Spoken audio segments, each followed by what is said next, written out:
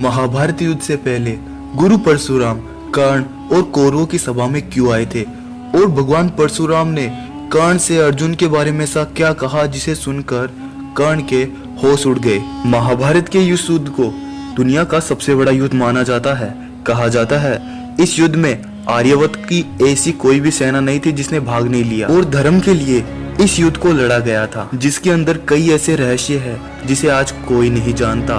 तो आज इस वीडियो में हम उन्हीं में से एक रहस्य की बात करेंगे। इससे पहले आप चैनल पर नए हैं तो सब्सक्राइब कर बेल आइकन को ऑन कर ले। 12 वर्ष के वनवास और 1 वर्ष के अज्ञातवास के बाद भी कौरव और दुर्योधन ने पांडवों को कुछ भी देने से मना कर दिया था और इसी कारण कहा जाता है पांडव और श्री कृष्ण ये बिल्कुल नहीं चाहते कि महाभारत का यह युद्ध हो।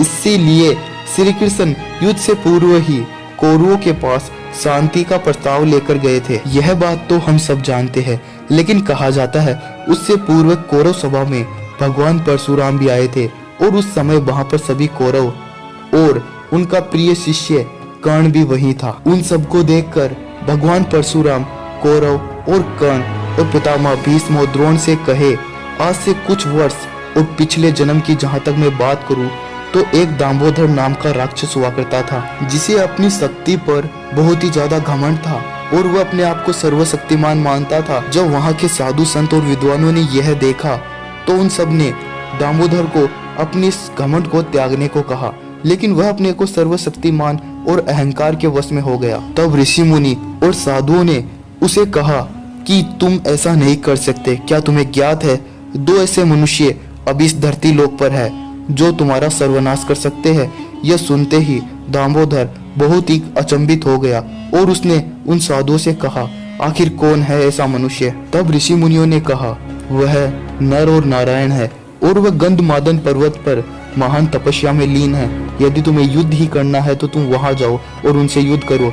और कहा, अच्छा तो मैं उन्हीं से युद्ध कर उनका भी वध कर दूंगा। और वो अपनी सेना के साथ उन दोनों की ओर चल पड़ा। वहां पर जाकर दामोदर ने नर और नारायण को युद्ध को चुनौती दी, लेकिन उन्होंने कहा, हम केवल भक्ति और प्रेम का माध्यम है, तुम यहाँ से चले जाओ और इस क्रोध को त्याग दो। किंतु दामोदर ने नहीं माना और वह उनसे युद्ध करने चला। तब नर ने अपनी योग शक्ति से उसे युद्ध किया और उसके कई दिव्यास्त्रों को आसानी से नष्ट कर दिया।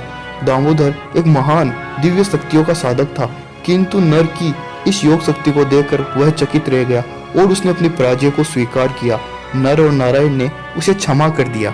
इसके बाद भगवान परशुराम कहते हैं, वो नर और नारायण आज के युग में अर्जुन और श्री कृष्ण के रूप में आए हैं। इसीलिए वो तुम्हारे पास शांति का प्रस्ताव लेकर आए हैं ताकि वो तुम्हें क्षमा कर सके।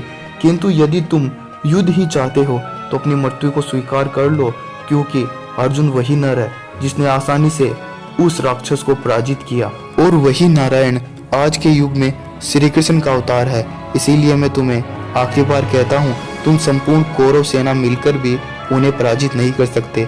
इसीलिए क्षमा याचना कर लो और इस धर्म युद्ध में अपनी पराजय को स्वीकार करो। दोस्तों, वीडियो पसंद आई है तो इसे लाइक और शेयर जरूर करें।